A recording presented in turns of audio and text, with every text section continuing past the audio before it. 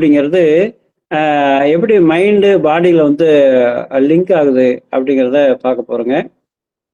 இது வந்து எந்த கிங்டம், எந்த மயாசம், அதெல்லாம் இங்கே சம்மந்தம் இல்லை. இது only altered pattern, mind, emotion, body, அவ்வளோதான். புரியுங்களா?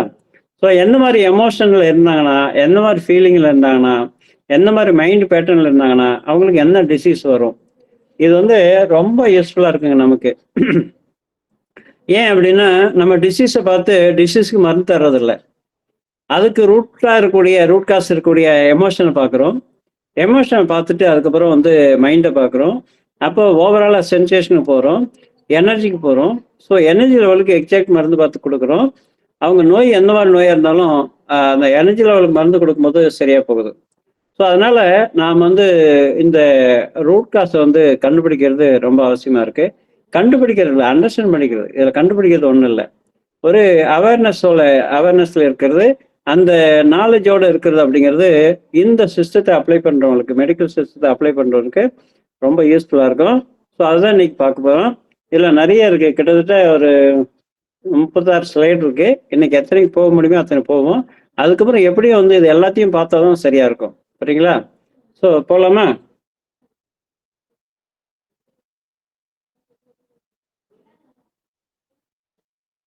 நெக்ஸ்ட் போகலாமா சார்? நான் பேசுறது கேக்குதா? Okay okay right. இந்த பாருங்க, லெஃப்ட் சைடில் வந்து ஃபிசிக்கல் லெவலில் இருக்கிற கம்ப்ளைண்ட்ஸ் வரும், ரைட்டில் வந்து மென்டல் பேட்டர்ன் வரும். அது மைண்ட் செட், எமோஷன் ரெண்டும் சேர்ந்து வரும். சரிங்களா? ஓகே. அப்டமினல் கிராம்ப், இது வந்து ஆல்ஃபாபெட்டிக்காக அரேஞ்ச் பண்ணியிருக்கோம். ஆல்ஃபாபெட்டிக்காக அரேஞ்ச் பண்ணிருக்கிறதுனால அதுக்கு ஏற்ற மாதிரி வரும். சரிங்களா? சரி. ஏதேதோ காரணங்களால் வரும். எனிகோ அதனுடைய பேசிக் ரூட் என்ன அப்படின்னா, ஸ்டாப்பிங் த ப்ராசஸ். சரிங்களா? அந்த மென்சுரல் கம்ப்ளைண்ட்டு, அந்த ப்ராசஸில் ஒரு பிளாக்கேஜ், ஸ்டாப்பேஜ் வருது. டைஜஷன் ப்ராசஸில் ஒரு ஸ்டாப்பேஜ் வருது. சரிங்களா? இல்லை நியூரோ டிரான்ஸ்மிட்டரில் ஏதாவது ஸ்டாப்பேஜ் வருது. ஸோ அந்த மாதிரி ஸ்டாப்பிங் த ப்ராசஸ் அப்படிங்கிறது தான் என்னோட பேசிக் ரூட். அடுத்தது அப்சஸ்.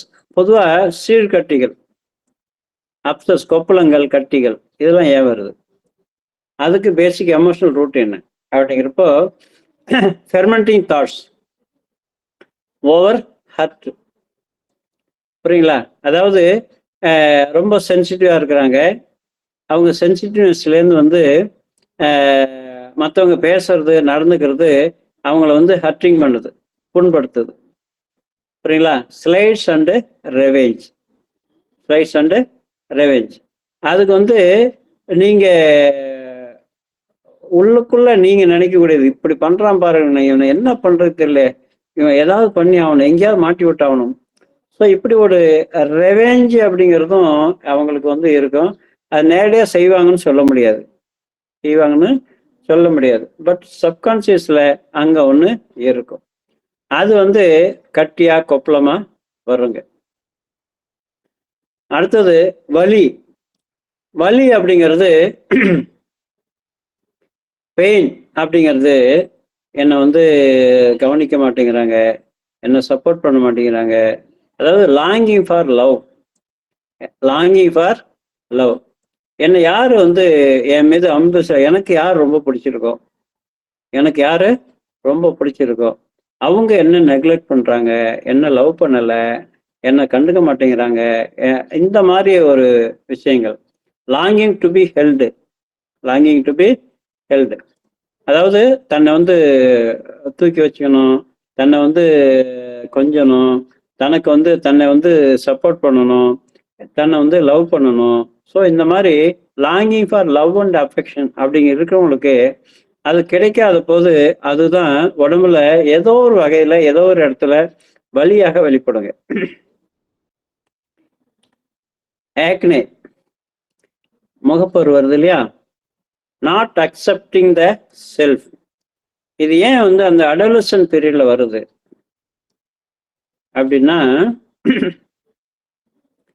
அதாவது அந்த பீரியட்ல தான் அவங்களுடைய எக்ஸ்டர்னல் அப்பியரன்ஸுக்கு வந்து இம்பார்ட்டன்ஸ் வருங்க. அதுக்கு முன்னாடி எக்ஸ்டர்னல் அப்பியரன்ஸ்க்குலாம் பெருசாக இம்பார்ட்டன்ஸ் கொடுக்க மாட்டாங்க. சரிங்களா? அங்கே வந்து என்ன ஒரு ஃபீல் வரும், ஹூ ஆம் ஐ, நான் யாருங்கிறது வெளி உலகத்துக்கு காட்டணும், நான் நல்லா அடுத்தவங்களை வந்து அட்ராக்ட் பண்ணணும், என் மேலே அடுத்தவங்களுக்கு வந்து ஒரு பிடித்தம் இருக்கணும், என்னை எல்லாரும் விரும்பணும். ஸோ அந்த ஆஸ்பெக்டில் அவங்க வந்து சப்கான்ஷியஸ் லெவலில் அவங்க அப்படி ஃபீல் பண்ணுவாங்க. அப்படி ஃபீல் பண்ணும்போது கம்பேர் பண்ணுவாங்க. அப்படி கம்பேர் பண்ணும்போது தான் முகத்தை கண்ணாடியில் பார்க்கறது தனக்கே வெறுப்பாக இருக்கும். புரியுங்களா? ஸோ இந்த மாதிரி ஃபீலிங் வர்றவங்களுக்கு நாட் அக்செப்டிங் த செல்ஃப், அவங்களால ஏற்றுக்கொள்ள முடியாது. அவங்க செயல்பாட்டையோ என்ன அவங்களுடைய பிஹேவியரையோ அவங்களுடைய அப்பியரன்ஸையோ அது வந்து அவங்களுக்கே பிடிக்காம இருக்கும். Dislike of the self. அந்த அந்த இன்னர் ஃபீல் இருக்கு இல்லையா, அது வந்து அகத்தின் அழகு முகத்துல காட்டிடும். புரியல? அந்த முகத்துல நிறைய பரு இருந்துச்சுன்னா எப்படி இருக்கும் அந்த முகம்? கருப்பு கருப்பா அந்த முகத்தோட ஒரிஜினாலிட்டே தெரியாது இல்லையா? ஸோ இதுதாங்க ஆக்னே வர்றதுக்கான அடிப்படை காரணம். அடுத்தது அடிக்ஷன்ஸ் அப்படின்னா அடிமை ஆகிறது. அதாவது சிகரெட்டுக்கு அடிமை ஆகிறது, போதைக்கு அடிமை ஆகிறது, எந்த விஷயத்துக்கு வேணாலும் இருக்கலாம், ஏதோ ஒரு விஷயத்துக்கு அடிமை ஆகிறது. அதாவது ஏதுன்னு ஒரு விஷயத்துல வந்து அவங்க ரொம்ப கவனம் கொடுத்து எப்பவுமே அதே நினைப்பா இருக்கிறது, அதுலேயே வந்து தன்னுடைய காலத்தை ஓட்டுறது அப்படிங்கிறது இருக்கும். புரியுங்களா? இப்போ காலையில் எழுந்த உடனே தலைவர் தண்ணி போட்டுருவாரு, வேலைக்கு போக மாட்டாரு, போகாமல் திரும்ப மத்தியானம் ஒரு போடுவார், சாயங்காலம் ஒரு போடுவார். இதுக்கு பேர் தான் அடிக்ஷன். சரிங்களா? வேலையை பார்க்க ஒரு நாளைக்கு 2 பாக்கெட் சிகரெட் அடிப்பார், கிட்டத்தட்ட 20 சிகரெட் அடிப்பார். 1 மணி நேரத்துக்கு ஒரு முறை, இல்லை அரை மணி நேரத்துக்கு ஒரு முறை. இதுக்கு பேர் தான் அடிக்ஷன்.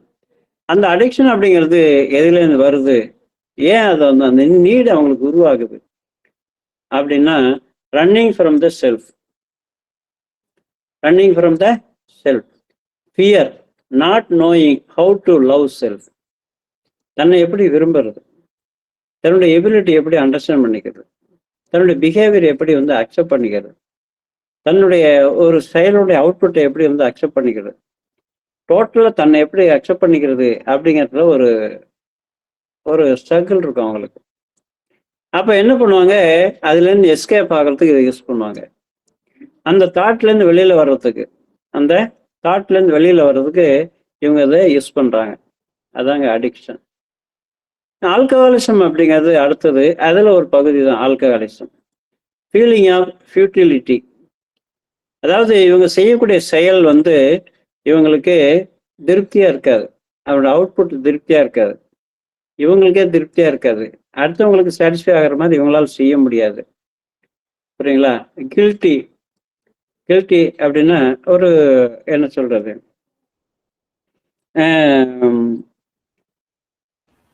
தாழ்வு மனப்பான்மை வரும், குற்ற உணர்ச்சி, இன்அடிக்குவசி, பொருத்தமில்லாத செயல்கள் இவங்க இருப்பாங்க. அடுத்தவங்க விரும்புகிற மாதிரி இவங்களால செயல்பட முடியாது. அது அவங்களுக்கு வந்து குற்ற உணர்ச்சியாக இருக்கும், கஷ்டமாக இருக்கும். அப்போ வந்து என்ன பண்ணுவாங்க, செல்ஃப் ரிஜெக்ஷன், தன்னைத்தானே அந்த ஆல்கஹாலை பயன்படுத்துவதன் மூலம் தனக்குள்ள தன்னைத்தானே விலக்கி வைக்கிறாங்க. ஆல்கஹால் யூஸ் ஆகும்போது என்ன ஆகுது, ஸோ டோட்டலாக செல்ஃப் கான்சியஸ் இருக்காதுங்க. நிறைய தண்ணி அடிச்சிட்டாங்கன்னா என்ன செய்கிறோம், என்ன பேசுகிறோம் எதுவுமே தெரியாது. புரியுங்களா? லீட்ஸ் டு அன்கான்சியஸ்னஸ் இல்லை செமி கான்சியஸ்னஸ். ஸோ அந்த வடிவேல் காமெடி ஒன்று வரும் பாருங்க, அது நல்ல வாய் இது நார வாயின்னு, அந்த மாதிரி. புரியுங்களா? ஆல்கஹால் உள்ளே போகலைன்னா அவர் வேற மாதிரி இருப்பார், ஆல்கஹால் உள்ளே போயிடுச்சுன்னா இன்னொரு மாதிரி இருப்பார். ஸோ இதுதாங்க, அதாவது செல்ஃப் ரிஜெக்ஷன், தன்னைத்தானே பிடிக்காம தன்னை ஒதுக்கி வைக்கிறது. அதுக்கு வந்து ஆல்கஹாலிசம் வந்து உதவிகரமாக இருக்குது. ஸோ அதுக்குள்ளே போன பெரும்பாலும் பாருங்க, அந்த கவலையை மறக்கிறதுக்கு நான் குடிக்க ஆரம்பித்தேன், ஏன்னா துக்கத்தை மறக்கிறதுக்கு குடிக்க ஆரம்பித்தேன், அவமானத்தை மறக்கிறதுக்கு குடிக்க ஆரம்பித்தேன், இப்படி தான் சொல்லுவாங்க. அதுக்கு சொல்லக்கூடிய காரணங்கள் என்பது மறக்கிறதுக்கு, அதை விட்டு வெளியில் வர்றதுக்கு. ஸோ அதுதான் செல்ஃப் ரிஜெக்ஷன். அலர்ஜிஸ் ஏன் வருது, ஸோ ஒவ்வொரு சிம்டத்தையும் அவருடைய நேச்சர் பார்த்தீங்கன்னா, அதனுடைய பேசிக்கில் அதனுடைய மைண்ட் பிக்சரை நீங்கள் பார்க்கலாம், எமோஷனல் பிக்சரை நீங்கள் பார்க்கலாம். புரியுதா? Denying your own power, denying your own power. எனக்கு வந்து நிறைய திறமைகள் இருக்கும், புரியுங்களா? என்னால் செய்ய முடியும், ஆனால் என்னால் உணர முடியாது. என்னால் உணர முடியாது. அடுத்தவங்களுக்கு தெரியும் நீங்கள் நல்லா பண்ணுவீங்க செய்வீங்கன்னு, ஆனால் அவங்களுக்கு தெரியாது. அதை மறுப்பாங்க. இல்லை என்னால் முடியாது அப்படின்னு சொல்லி மறுப்பாங்க. ஏன்? ஸோ அதனுடைய அவுட்புட் வந்து வேற வேற இடங்கள்ல வேற ஒரு மாதிரி அவருக்கு வந்து ஃபீட்பேக் கிடைக்கும். சொல்லுங்க, இது புரியல. Denying your own power, allergies அப்படிங்கிற டினையிங் யுவர் ஓன் பவர். உங்களுக்கு திறமைகள் இருக்கும், ஆற்றல் இருக்கும், அதை வந்து உங்களால பண்ண முடியும்னா இல்லை என்னால் முடியாதுன்னு மறுக்கிறது, டினையர். புரியுங்களா? ஸோ தன்னை குறைத்து மதிப்பிடுவது, தன்னை குறைத்து மதிப்பிடுவது. அது மட்டுமல்ல, அந்த மாதிரி குறைத்து மதிப்பிடுறது அவங்களுக்கே அது வந்து ஒரு ஏற்றுக்கொள்ள முடியாத ஒரு விஷயமாவும் இருக்கும். ஒரு கம்ப்ளைண்ட் இருக்கு அப்படின்னு வச்சுங்களேன், அது உங்களை தொந்தரவு பண்ணுது இல்லை, அதே மாதிரி தொந்தரவு இன்னர் ப்ரோக்ராமிங்ல இருக்கும், உங்களுடைய சப்கான்சியஸ்ல இருக்கும். இது ரெண்டையும் கோரிலேட் பண்ணி பார்க்கலாம், ரெண்டும் ஒரே மாதிரி இருக்கும். அல்சைமர் டிசீஸ், அல்சைமர் டிசீஸ் அப்படிங்கிறது என்ன? அதாவது பிரெயினுக்கும் அவங்களுடைய எக்ஸ்ட்ரிமிட்டிஸுக்கும் அவனுடைய ஆர்கான்ஸுக்கும் கோஆர்டினேஷன் இருக்காது. அதுதான் அல்சைமர் டிசீஸ். புரியுங்களா? நடக்க ஆரம்பிப்பாங்க, ஃபர்ஸ்ட் ஸ்டெப் வராது, அப்புறம் ஓட ஆரம்பிச்சிடுவாங்க. நடக்கிறதுக்கு பதிலாக ஓட ஆரம்பிச்சிடுவாங்க. ஸோ காலுங்கிறது அவங்க கண்ட்ரோலில் இருக்காது, காலுங்கிறது அவங்களுடைய கண்ட்ரோலில் இருக்காது. புரியுங்களா? ஸோ அந்த மாதிரி கால் மட்டும் இல்லை, கால், கை, கண், அந்த மாதிரி எல்லா ஆர்கான்ஸுமே அவங்களுடைய கண்ட்ரோலுக்கு வராது. அதுதான் refusal to deal with the world as it is. அதாவது உலகம் ஒரு போக்கில் போய்கிட்டு இருக்கு இல்லையா, இவங்க அதை பார்த்து அதோடு சேர்ந்து இவங்களால ஓட முடியாது. ஒன்றும் ஃபாஸ்ட்டாக எல்லாம் தன்னை தான் விருப்பத்துக்கு மற்றவங்களாம் ஃபாஸ்ட்டாக வரணும்னு நினைக்கிறது, தன்னுடைய விருப்பத்துக்கு தான் ஹஸ்பண்ட் இருக்கணும்னு நினைக்கிறது, ஹஸ்பண்ட் மனைவி தான் இஷ்டத்துக்கு தன்னை மாதிரி தான் நினைக்கிற மாதிரி இருக்கணும்னு நினைக்கிறது, பிள்ளைங்க தான் நினைக்கிற மாதிரி இருக்கணும்னு நினைக்கிறது. ஸோ இந்த மாதிரிலாம் இருக்கும்போது அவங்க இருக்க மாட்டாங்க, அவங்க இயல்புல இருப்பாங்க. இவர் ஃபெனாட்டிக்காக அதை வந்து ஃபோர்ஸிபிளாக அதை வந்து எதிர்பார்ப்பாரு, அது நடக்காது. ஒரு கட்டத்தில் வந்து ஹோப்லெஸ்னஸ் வந்துடும், வெறுப்பு வந்துடும், கோபம் வந்துடும். அந்த கோபத்தின் வெளிப்பாடாக வந்து பார்த்தீங்கன்னா பிரெயினுக்கும் லோகோமோஷனுக்கும் கோஆர்டினேஷன் இருக்காது. ஸோ இதுதான் அல்சைமர் டிசீஸுங்க. புரியுங்களா? இவர் நினைக்கிற மாதிரி எப்படி வெளியில உள்ளவங்க இருக்க மாட்டாங்களோ, அதே மாதிரி இவர் நினைக்கிற மாதிரி இவருடைய ஆர்கான்ஸ் கோஆப்ரேட் பண்ணது. தன்னை சுற்றி உள்ளவங்க எப்படி கோஆப்ரேட் பண்ணலையா தனக்கு, அதே மாதிரி இவருடைய உறுப்புகள் இவருக்கு கோஆப்ரேட் பண்ணது. இதெல்லாம் வந்து நீங்க அந்த பேஷண்டோட ஹிஸ்டரியை கேட்கும்போது இந்த டிசீஸை நீங்க அழகா நீங்க வந்து பண்ணலாம். இதில் டிசீஸ் சொல்லும்போது இவங்க இப்படிப்பட்டவங்க, இவருடைய இயல்பு எப்படி இருக்கும்னு நீங்க வந்து அழகா சொல்ல முடியும். ஜோசியம் சொல்லுங்க.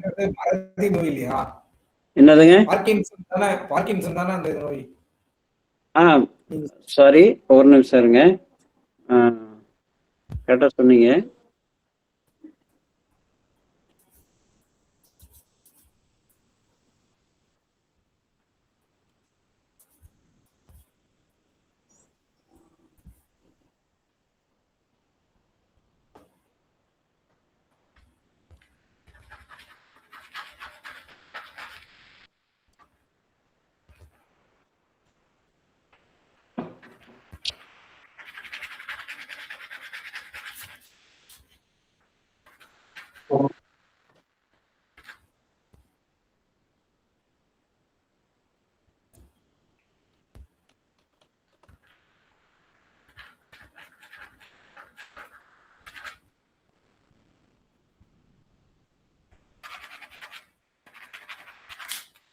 Okay sir.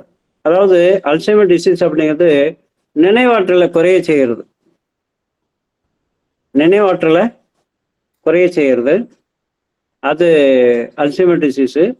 Refusal to deal with world as it is, அதாவது ஏற்றுக்கொள்ள முடியல, மனசால ஏற்றுக்கொள்ள முடியல.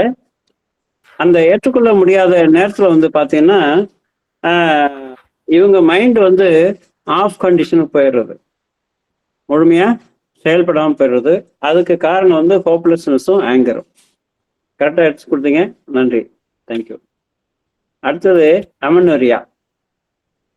அமனோரியாங்கிறது என்ன? அதாவது பீரியட் வந்து ஸ்டாப் ஆயிடுறது, மென்சுரல் பீரியட் வந்து ஸ்டாப் ஆகிறது. புரியுங்களா? சில பேருக்கு வந்து 40 வயசுல ஸ்டாப் ஆயிரும், ஏர்லி மெனோபாஸ்ன்னு சொல்லுவாங்க. சிலருக்குலாம் பார்த்தீங்கன்னா 60 வயசுல கூட வரும் இருக்கும், சிலருக்கு 40 வயசுல போயிடும். ஸோ இது வந்து அமனேரியா. இல்லை ரொம்ப நாள் வராமல் இருக்கும், ஒரு லாங் ஸ்டாண்டிங் வராமல் இருக்கும், இல்லை பர்மனண்டாக ஸ்டாப் ஆயிரும். அமன் ஆமன் அப்படின்னா என்னது? ஆமன் ஆமன் அப்படின்னா அமைதியாகிறது. புரியுங்களா? ஸோ அது அமனோரியா. ப்ளீடிங் வர்றது ஸ்டாப் ஆகிறது. Not wanting to be a woman, dislike of the self. புரியுங்களா? ஸோ இது வந்து அந்த மைண்ட் லெவலில் பார்த்தீங்கன்னா போதும், குழந்தைங்க 2 இருக்கு, போதும். ஸோ இவங்களோட கான்சன்ட்ரேஷன் வேற ஒரு ஆஸ்பெக்டுக்கு போயிடும். அவங்களுடைய லைஃப் ஒர்க்கில் வந்து வேற ஒரு இடத்துல வந்து ரொம்ப கான்சன்ட்ரேட் பண்ண ஆரம்பிச்சிருவாங்க. புரியுங்களா? ஸோ இந்த வந்து போதும், நான் பெண்ணாக வந்து அதுக்குரிய வேலைகள்லாம் முடிஞ்சு போச்சு, ரீப்ரொடக்ஷன் ஸ்டேஜ் முடிஞ்சு போச்சு, இனிமேல் இது அவசியம் இல்லை, ஜென்ரலாக ஒரு மேனாக இருந்தால் போதும் அப்படிங்கிற ஆஸ்பெக்டில் வரும்போது அமனோரியா வந்து dislike of the self as a woman. ஓகேவா?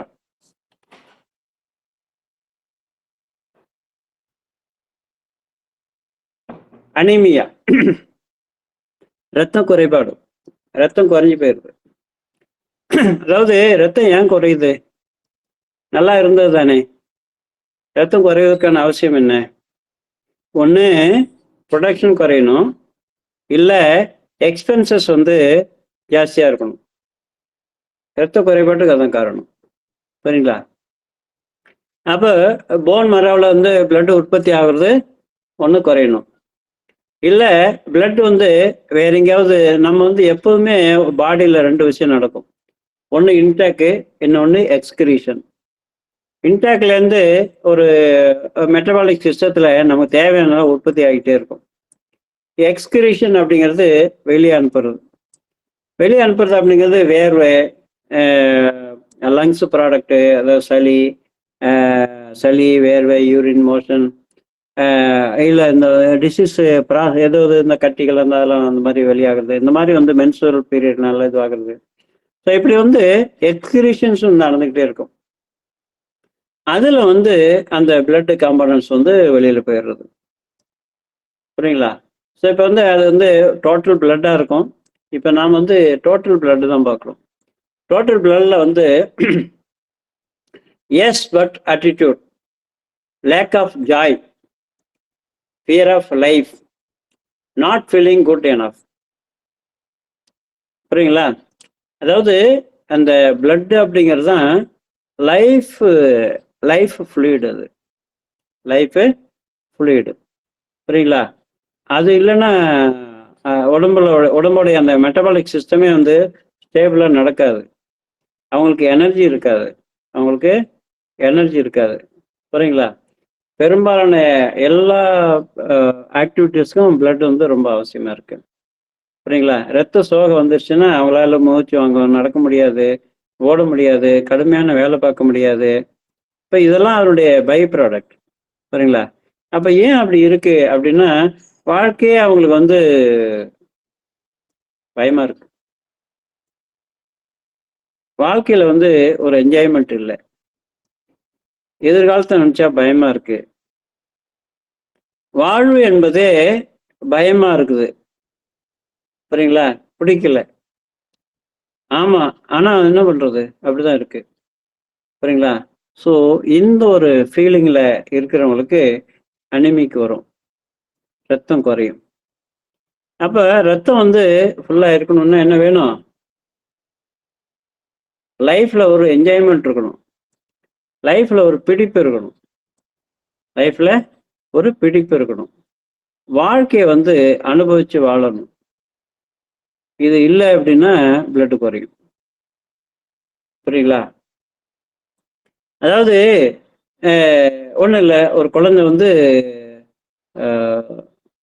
எக்ஸாம் எப்போ வருதோ அப்போல்லாம் வந்து பீரியட் வந்துச்சா நிற்காம போயிட்டே இருக்கும். ஹீமோகுளோபின் 6க்கு உடையாந்தது. என்னடான்னு கேட்டால், எங்கள் அப்பா அம்மாலாம் எனக்காக ரொம்ப கஷ்டப்படுறாங்க, அவங்களுடைய எதிர்பார்ப்பு என்னால் பண்ண முடியுமான்னு தெரில, மார்க் வருமானு தெரியல, பயமாக இருக்குது. மார்க் வந்து அவங்க எதிர்பார்க்குற மாதிரி என்னால் மார்க் தர முடியுமா தெரில, அப்பா எதிர்பார்க்குற மாதிரி என்னால் மார்க் தர முடியுமா தெரில. அந்த பொண்ணுக்கு வந்து அந்த எக்ஸாம் வரும்போது ரிப்பீட்டடாக எப்போ எக்ஸாம் வந்து ஃபைனல் எக்ஸாம் வந்தாலும், இல்லை வந்து குவார்டர்லி, ஹாஃப் இயர்லி, எப்போ எக்ஸாம் வந்தாலும் இந்த பிரச்சனை வருதுங்க. Fear of life. அதாவது not feeling good enough. So அந்த ஆஸ்பெக்டில் வந்து இந்த அனிமிக்கு வந்து வருது. என்ன அப்படின்னா, அந்த பயம் அப்படிங்கிறது, அந்த டிஸ்சாட்டிஸ்ஃபேக்ஷன் அப்படிங்கிறது, ஒரு வாழ்க்கையில் வந்து ஒரு என்ஜாய்மெண்ட்டு. ஹாஸ்டல் தங்கி படிக்கிற அந்த பொண்ணு வேற எங்கேயும் விட்டு எங்கேயும் அனுப்ப மாட்டாங்க. படி படி படி படி படி படிப்பு மட்டும்தான். அந்த பிள்ளைங்களுக்கு வந்து ஒரு 1/2 மணி நேரம் 1 மணி நேரம் கூட விளையாட விடுறதில்ல, என்ஜாய் பண்ண விடுறதில்ல. சரிங்களா? சாப்பிடணும், தூங்கணும், படிக்கணும், சாப்பிடணும், தூங்கணும், படிக்கணும். ஸோ இதுதான். ஸோ இதை ஒரு உதாரணம் சொல்கிறேன். இந்த மாதிரி நிறைய விஷயங்கள் நீங்கள் வந்து அனிமிக்காக வரவங்களை யார் வேணாலும் எடுத்துங்க, பின்னணியில் இந்த பிரச்சனை இருக்கும் உங்களுக்கு. ஆங்கிளில் வந்து உங்களுக்கு வந்து ஒன்று ஸ்டிஃப்னஸ் வரும், இல்லை பெயின் வரும், இல்லை ஸ்வெல்லிங் வரும். அதாவது இன்ஃப்ளெக்சிபிலிட்டி அண்ட் கில்ட். அவங்களுடைய நேச்சரே எப்படி இருக்கும் அப்படின்னா, பொதுவாக ஃப்ளெக்சிபிலிட்டி அவங்கள்ட்ட இருக்காது, அட்டம் பிடிப்பாங்க. ஜென்ரலாகவே சொல்லுவேன், அடங்கிறத நோய். என்ன அடங்கிறத நோய்? எது ஏன் அடம் பிடிக்கிறேன்? ஈகோ. நான் நினைக்கிற மாதிரி தான் எல்லாம் நடக்கணும், நான் நினைக்கிற மாதிரி தான் எல்லாரும் இருக்கணும். எப்படி இருப்பாங்க இதெல்லாம்? சத்தியமில்லாத விஷயம். ஸோ இன்ஃப்ளெக்சிபிலிட்டி, ஒத்து போகிறதுல அடம் பிடிக்கிறது, அடுத்தவங்களுடைய இதுக்கு வந்து இவங்க வளைஞ்சு கொடுத்து போகிறதில்ல, அனுசரித்து போகிறதில்ல. அப்புறம் வந்து அதனால வந்து அவனுடைய விளைவாக வந்து பார்த்தீங்கன்னா ஒரு குற்ற உணர்ச்சி வர்றது. So angles represent the ability to receive pleasure. எல்லாம் எங்கே போனாலும் அதாங்க வரும். அந்த மகிழ்ச்சி அப்படிங்கிறது இல்லை. ஓவரால டிசீஸுக்கு காரணம் மகிழ்ச்சி இல்லைங்கிறது தான். ஆரோக்கியங்கிறது என்ன? மகிழ்ச்சியில தான் இருக்கு. மகிழ்ச்சி இல்லைன்னா ஆரோக்கியம் இல்லை. புரியுங்களா? ஸோ அந்த மகிழ்ச்சி எந்த விதத்தில் இவங்கள்ட்ட கெட்டு போயிருது அப்படிங்கிறதான் இப்போ உள்ள பிரச்சனை. அனோரெக்சியா. அனோரெக்சியான்னு என்னங்க?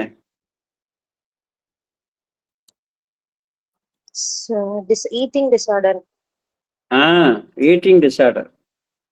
வெயிட் போட்டோன்னு தானே சாப்பிடாம ஸ்டாப் பண்றது. Okay okay. சாப்பிடாம இருக்கதா, நிறைய சாப்பிட்றதா? சாப்பிடாம இருக்கிறது. அப்கோர்ஸ் சாப்பிட்டுட்டாங்கன்னா அவங்களே செல்ஃப் இன்ட்ரெஸ்டா வாமிட் பண்ணிடுவாங்க. வாமிட் பண்றது அதேதான். அதாவது denying the self life. Denying the self life. லைஃபுக்காக சாப்பிட்றது. நான் என்னையே ஒத்துக்கல, நான் சாப்பிட்டது எப்படி ஒத்துக்க எனக்கு? As is mind as is body. Simple லாஜிக்குங்க. எக்ஸ்ட்ரீம் ஃபியர், பயம் ஜாஸ்தியாக இருக்கிறது. செல்ஃப் ஹேட்டட் வந்து ரிஜெக்ஷன். புரியுங்களா? அனோரிஷங்கிறது தானே, எனக்கு வேணாம் அப்படின்னு சொல்லி வெளியே தள்ளுறது. புரியுங்களா? ஸோ இதுதான் வராமல் தடுக்கிறது, வந்தால் வெளியே தள்ளிடுறது. ஸோ பசி இல்லாமல் இருக்கிறது, சாப்பிட்டா ரிஜெக்ட் பண்ணிடுறது. ஸோ இதுதான் denying the self life. Extreme fear, self hated rejection. Anxiety, அதாவது பயம் பதட்டம் ரெண்டு சேர்ந்த மாதிரி, கவலையும் பயமும் சேர்ந்த மாதிரி. Not trusting the flow and the process of the life. என்னது?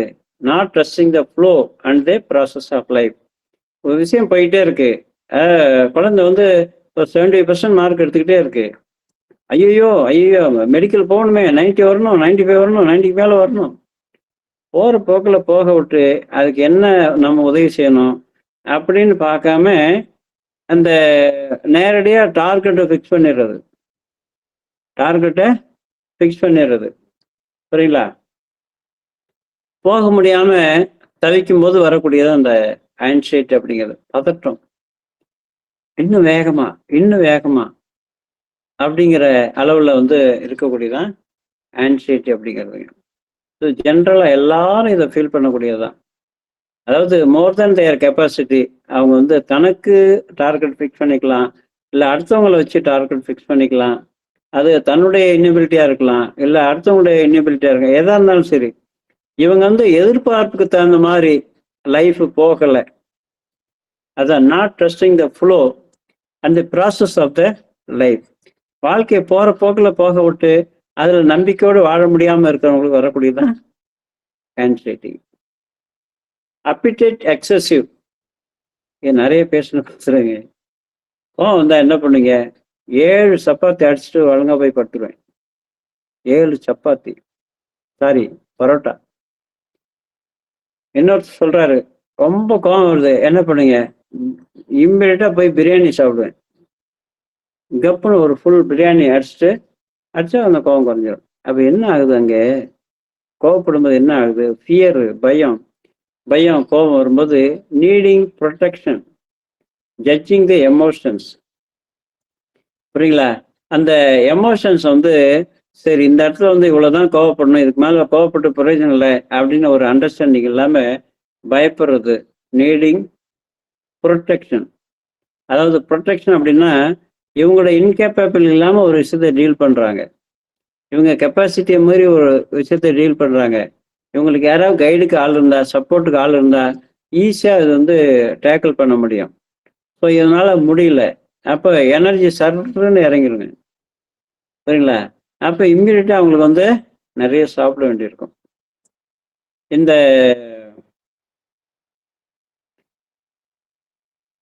வாட்டர் எலிமெண்ட்ல வர்றவங்களுக்கு இது நிறைய இருக்குங்க. நிறைய சாப்பிடுவாங்க, நல்ல பொதன்னு உடம்பு ஊறி போய் கிடக்கும், வேற வழி இல்லை. சரிங்களா? அவங்களுக்கு இருக்கிற அந்த பயம் இருக்கு இல்லைங்களா, எக்ஸ்ட்ரானரி பயம். தனக்கு பாதுகாப்பு ஆள் இல்லை, பார்த்துக்கிறதுக்கு ஆள் இல்லை, இந்த உலகத்தை என்னால வந்து நான் தனியா வாழ முடியாது நினைக்கக்கூடிய ஒரு பயந்தாவங்களி எல்லாம் இருக்காங்கல்ல, அவங்க நிறைய சாப்பிட்றாங்க. நிறைய கேஸ்ல பார்த்துருக்கோம்.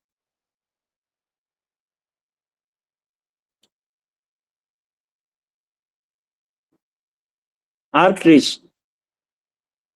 இரத்த குழாய்கள், carry the joy of life, carry the joy of life. அதாவது லைஃப் அப்படிங்கிறது ரொம்ப ஜாய்ஃபுல்லா இருந்தா ஆர்டிஸ்ட்ல வந்து எந்த கம்ப்ளைண்ட் வர்றதில்லை. ஆர்டிஸ்ட்ல எந்த கம்ப்ளைண்ட்டும் வர்றதில்லை. நீங்க வந்து இந்த ஆன்ஜியோ பண்றாங்க இல்லைங்களா, இரத்த குழாய் அடைப்பு இருக்கு இல்லையா, யாரு வேணாலும் பாருங்க, அவங்களுக்குள்ள இருக்கிற என்ன இருக்கும் அப்படின்னா, எப்படி வாழணும், எது அவங்களுக்கு மகிழ்ச்சிகரமான வாழ்க்கை அப்படின்னு நினைக்கிறாங்களோ அதுல அந்த ஃப்ளோ கரெக்டா போகாது. அவங்க நினைக்கிற மாதிரி லைஃபோட ஃப்ளோ கரெக்டா போகாது. அது அவங்களுக்கு ஜாய்ஃபுல்லா, லைஃப்ங்கிறது ஜாய்ஃபுல்லா இருக்காது. வெளியில தெரியலாம், தெரியாம இருக்கலாம், பெரும்பாலும் வெளியில தெரியாது. உள்ளுக்குள்ள அவங்க சப்கான்சியஸ் லெவல்ல வாழறதுக்கு, அவங்க நினைக்கிற மாதிரி வாழறதுக்கு வழி தெரியாம இருக்கும். ஃபினான்சியல் ப்ராப்ளமா இருக்கலாம், ரிலேஷன்ஷிப் ப்ராப்ளமா இருக்கலாம், எஜுகேஷன் ப்ராப்ளமா இருக்கலாம், ஸோ எதுவாக கூட இருக்கலாம். சரிங்களா? அவங்களுக்கு எது இருந்தா மகிழ்ச்சியா இருக்கும், ஜாய்ஃபுல்லா இருக்குமோ அது வந்து அவங்களுடைய சப்கான்சியஸ் லெவல்ல அதை அவங்க ஃபீல் பண்ண முடியாம இருக்கும். பெரும்பாலும் இது வந்து வெளியில தெரியாது, திடீர்னு அவருக்கு தெரியும். அப்பப்ப வலி வர்ற மாதிரி இருக்கும், கையில வலி வரும், ஷோல்டர்ல வலி வரும், செஸ்ட்ல வலி வரும். அதெல்லாம் வந்து கண்டுக்க மாட்டாரு, இல்லைன்னா அதுவே ஒரு பயமா இருக்கும். புரியுங்களா? பிரேக் டவுன் ஆகி மயக்கம் போட்டு விழும்போது, இல்லை ஒரு 2 ஸ்டெப்பு கூட ஏற்றி மாடிப்படி ஏற முடியாம இருக்கும்போது, நடந்து எங்கேயாவது வேகமா நடந்து போனா ஒரு அட்டாக் வர்ற மாதிரி வந்து கொண்டு போட்டா, உனக்கு 90% இருக்கு, 3 இடத்துல இருக்கு, 4 இடத்துல இருக்கு, 60% இருக்கு, ஆஞ்சியா பண்ணி ஆகணும், ஸ்டண்ட் வச்சாகணும். இப்போதான் நீங்க வந்து அங்க உள்ள என்ன பண்ண உங்களுக்கு என்ன தெரியும், கொண்டு போயாச்சுன்னா முடிஞ்சு போச்சு, கேட்குற காசை கட்ட வேண்டியதுதான். ஸோ அப்படி ஆகிப்போச்சு. புரியுங்களா? ஸோ ஆர்ட்ரிஸில் ஒரு பிரச்சனை வருது அப்படின்னா அவங்க இன்னர் லைஃப்பில் அவங்க லைஃப் ஜாய்ஃபுல்லாக ஒரு ஹாப்பியாக அவங்க நினைக்கிற மாதிரி வாழறதுக்கு வழி தெரியலன்னு அர்த்தம். அக்கார்டிங் டு their அவேர்னஸ், அவங்களுடைய புரிதல் அடிப்படையில் பார்த்தீங்கன்னா அவங்களுக்கு வழி தெரியல. ஒன்றும் இல்லை, இந்த மழை பெய்யுது, தண்ணி அங்கங்கே சின்ன சின்ன இதாக வருது, பெரிய ஓடையில் வருது. ஸோ வழி இல்லாத இடத்துல தேங்கி நிற்கும், வழி இருக்கிறதுல ஓடிக்கிட்டே இருக்கும். புரியுங்களா? ஸோ இதுதான் லைஃப் அப்படிங்கிறது, ஒரு கண்டினியூஸ் மோஷன், ஒரு தொடர்ச்சியான இயக்கம். அது அந்த தொடர்ச்சியான இயக்கத்தில் ஃப்ளோ வந்து அது பாட்டு போயிட்டே இருந்துச்சுன்னா இவருக்கு எந்த வழியும் இருக்காது. ஃப்ளோ ஸ்டாப் ஆகும்போது வழி வந்துடும்.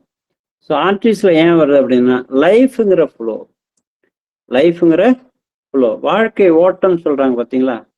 அந்த வாழ்க்கை ஓட்டங்கிறது அவருடைய சப்கான்சியஸ் லெவலில் அது வந்து பிளட்டோட ஓட்டமாக இருக்கும். அது யார் வேணாலும் ஆன்ஜியோ பண்ணோம், யார் வேணாலும் லைஃப்பை ஜஸ்ட் ஹிஸ்ட்ரி கேட்டு பாருங்க, பின்னணியில் இதுதான் இருக்கும். ஆர்த்ரிட்டிக் ஃபிங்கர்ஸ், அடுத்தது ஆர்த்ரிட்டிஸ் ஜென்ரலாக வருது.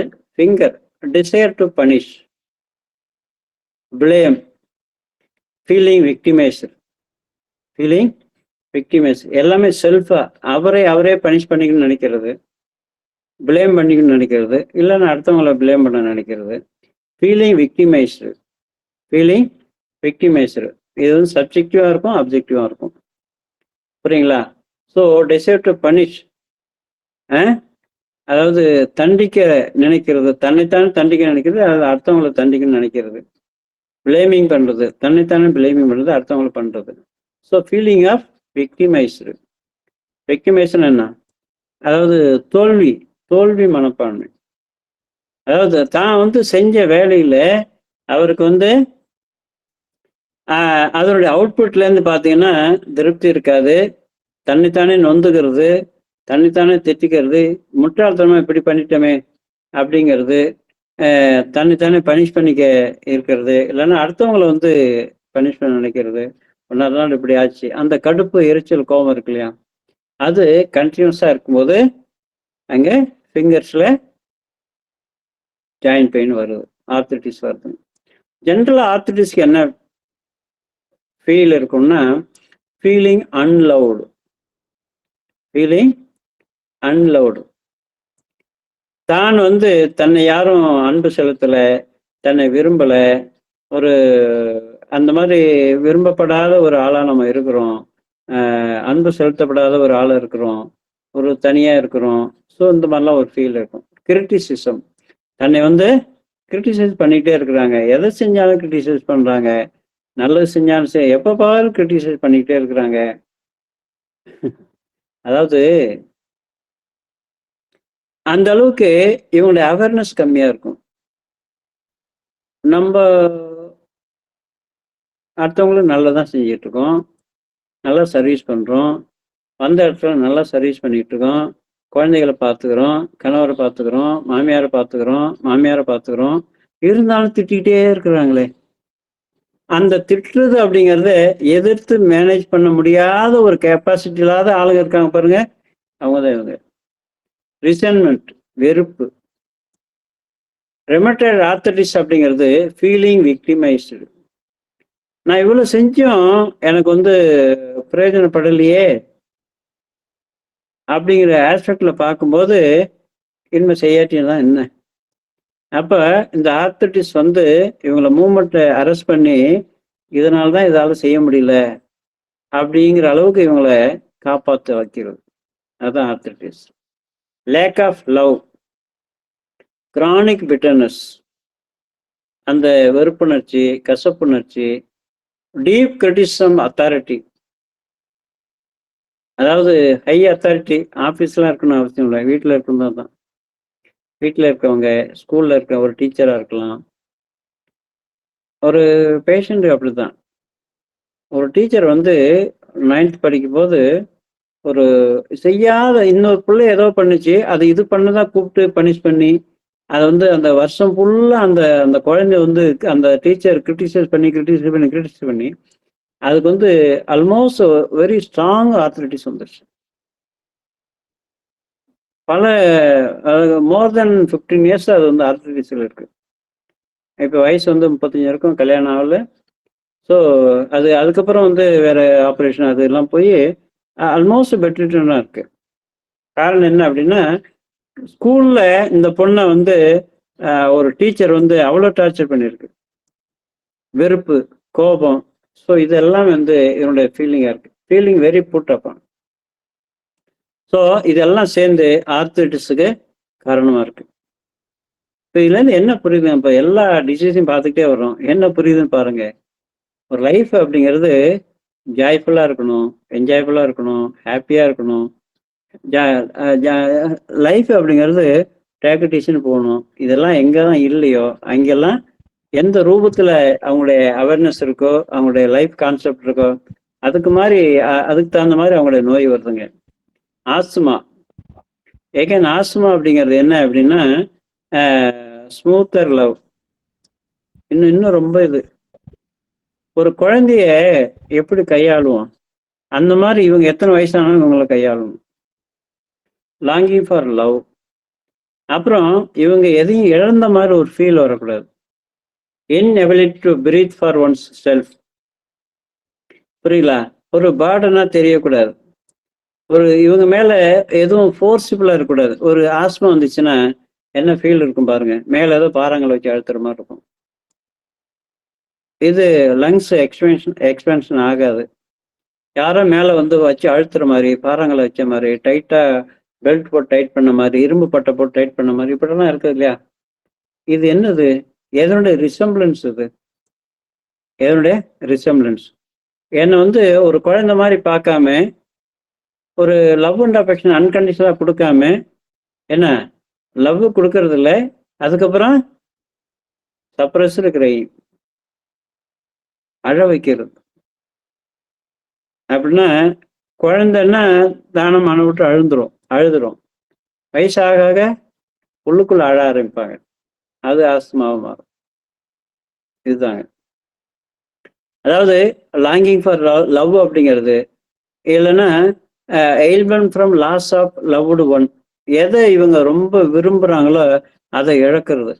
நண்பராக இருக்கலாம், லவ்வராக இருக்கலாம், பேரண்ட்ஸாக இருக்கலாம், பிரதர் சிஸ்டராக இருக்கலாம், இல்லை ஒரு பொருளாக இருக்கலாம், இல்லை காசாக இருக்கலாம், சொத்தாக இருக்கலாம். எதாக இருந்தாலும் லாஸ் அப்படின்னு ஒரு விஷயம் வந்துச்சுன்னா இவங்களுக்கு வீசிங் ஆஸ்மா வந்துடுங்க. Bad breath. அதில் பேட் பிரீத் ஏன் வருது?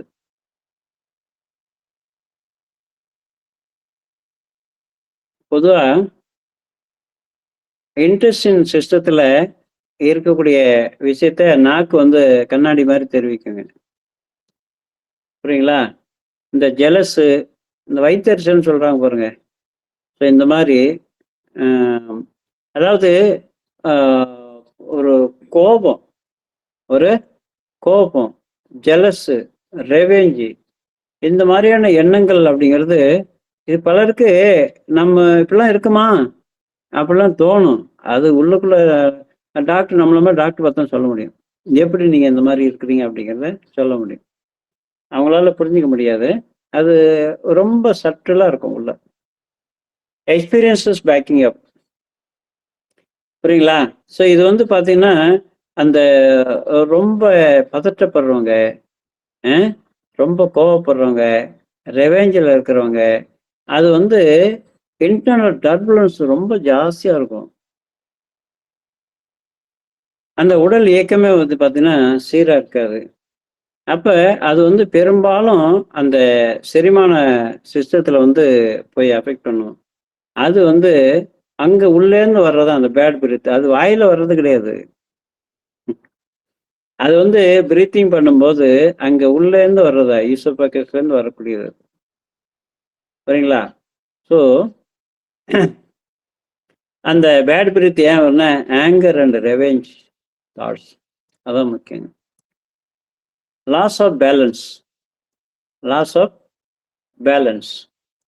லாஸ் ஆஃப் பேலன்ஸ் என்ன?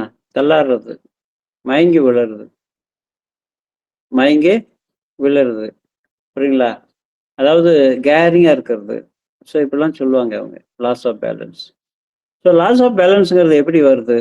இஎன்டியில் போய் பார்க்க சொல்லுவாங்க. அவங்க சொல்றது, அவங்க இஎன்டியில் போய் பாருங்க அப்படிம்பாங்க. உடம்பு பேலன்ஸுக்கான இது அங்கே தான் இருக்கு, போய் பாருங்க அப்படின்னு சொல்லி சொல்லுவாங்க.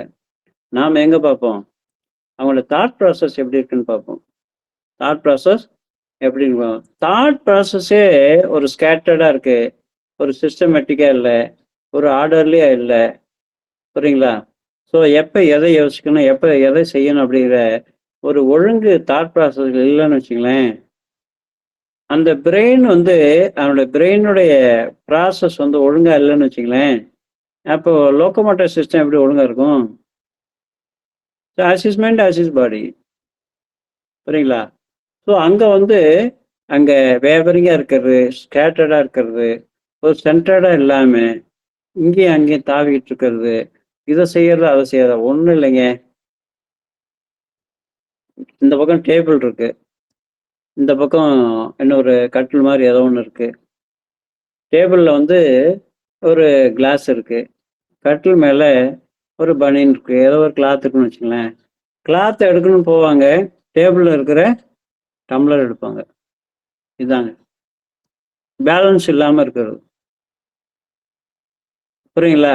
ஒரே நேரத்தில் ஸ்கேட்டர்டாக ரெண்டையும் வந்து யோசிக்கிறது, எதை முன்ன செய்யணும் எதை பின்ன செய்யணும், எனக்கு அடடா நான் இதே நினச்சி வந்தேன் மறந்துட்டேன் அப்படிங்கிறது. ஸோ அங்கே போனது, போன பிறகு மறந்து போயிடுறது. ஸோ இது வந்து லாங் டைம் எடுத்துகிட்டா இந்த மாதிரி, ஒரு ஷார்ட் டைம் நடந்தால் லாஸ் ஆஃப் பேலன்ஸ். பால்னஸ் ஏன் வருது? யாருக்கு வருது பால்னஸ்? யாராவது தெரிஞ்சா சொல்லுங்க. மோஸ்ட்லி மென்ஸ்க்கு தான் அங்கிள் வரும். என்னங்க? மோஸ்ட்லி மென்ஸ்க்கு தான் வரும், ஃபீமேல் கேரியரா இருப்பாங்க. அந்த வணக்கம் சொல்லுங்க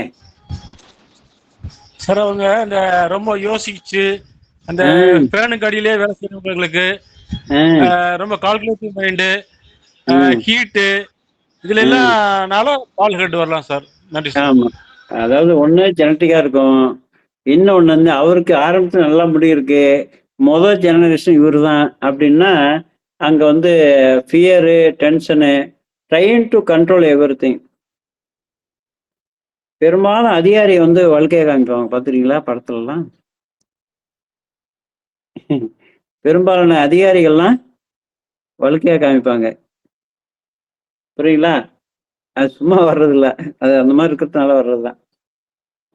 fear, tension, trying to control everything.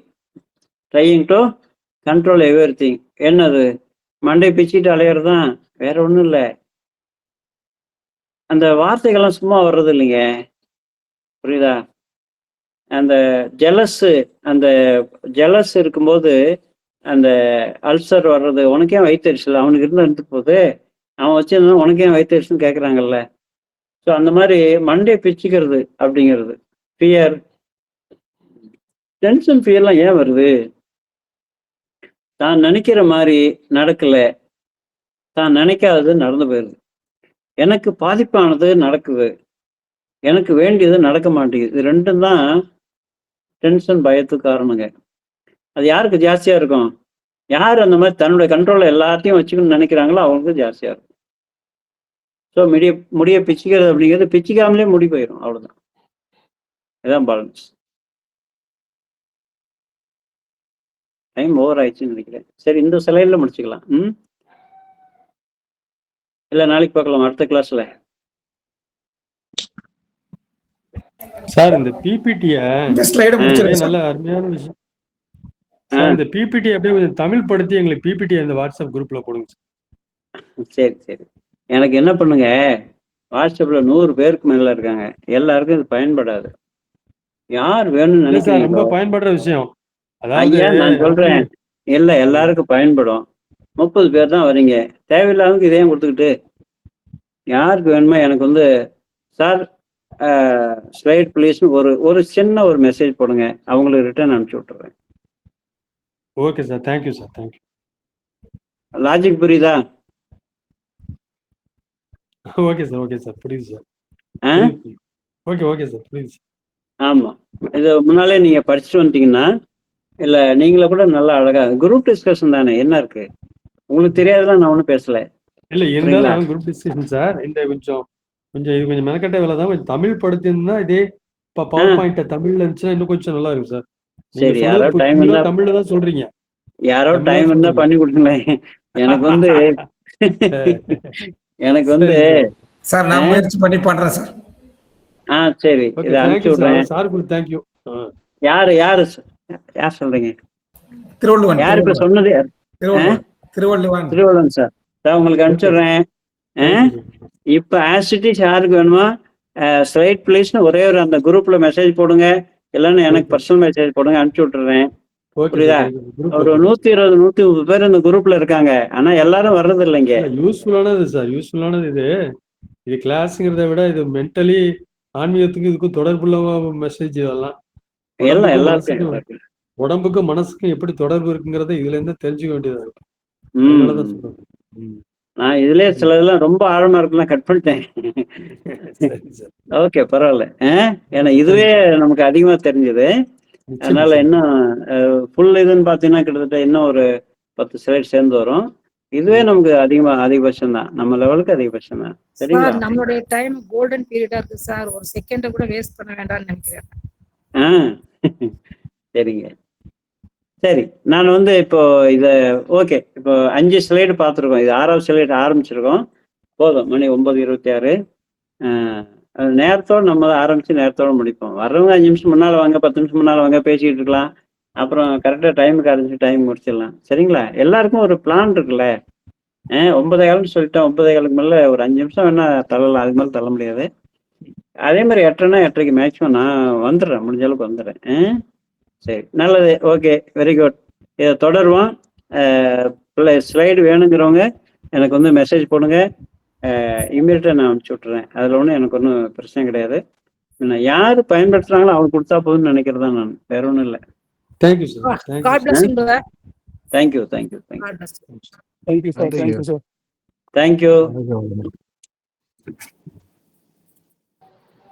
Thank you sir. Okay, thank you.